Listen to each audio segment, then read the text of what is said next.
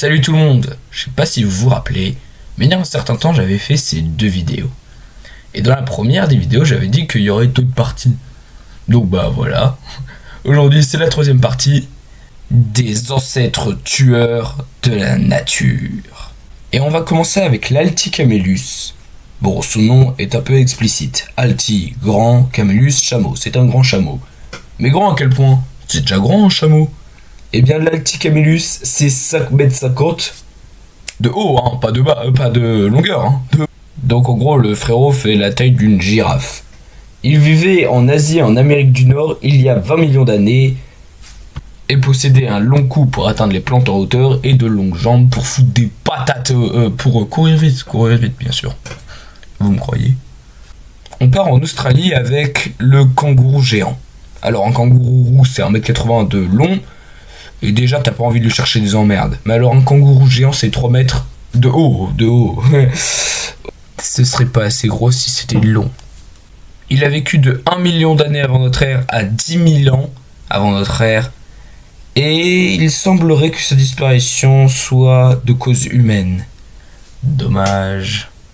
D'ailleurs il cohabitait avec le Megalania, un varan de 8 mètres de long, dont la disparition est notamment causée par l'extinction de certaines espèces telles que ce kangourou géant qui constituait son alimentation, un changement climatique et une plus grande adversité pour les proies. Probablement solitaire, il attendait en embuscade ses proies pour leur sauter dessus d'un coup. Car en effet, il courait pas beaucoup plus rapidement que 10 km/h.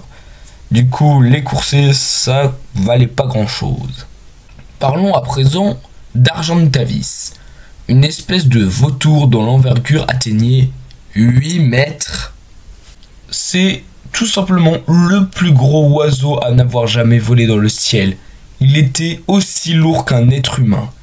Certains pensaient qu'il fondait sur ses proies pour les dévorer, d'autres qu'il était plutôt un charognard.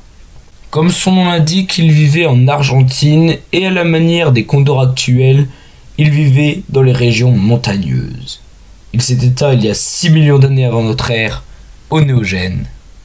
Argentavis était le plus gros oiseau à n'avoir jamais volé. Mais qui était le plus gros oiseau tout court? On l'appelle le moa, ou encore le dinornis, ou même l'oiseau éléphant.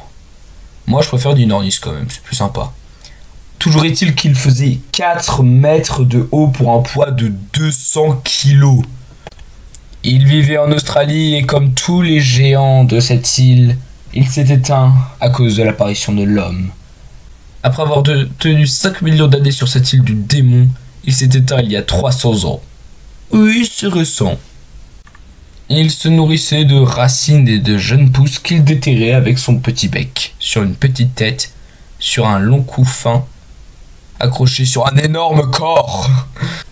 Et on va finir pour aujourd'hui avec le Paraceratarium, qui est ni plus ni moins le plus gros mammifère terrestre qui n'ait jamais existé, avec près de 8 mètres de long. Il vivait dans les plaines du Pakistan, du Kazakhstan, de l'Inde, de la Mongolie et de la Chine, entre 33 et 23 millions d'années avant notre ère. Et vous aurez un peu de mal à le croire si je vous dis que ce truc est un rhinocéros. Si, il a pas de cornes, mais c'est un rhinocéros. Il pesait 15 tonnes, soit 2 fois plus lourd qu'un tyrannosaure. Et sa grande taille lui permettait de chercher des petites plantes en hauteur. Bon bah voilà, c'est la fin de ce troisième épisode des ancêtres tueurs de la nature. J'espère qu'elle vous aura plu, moi j'ai adoré la montée. Et sur ce, bah moi je vous dis à la prochaine.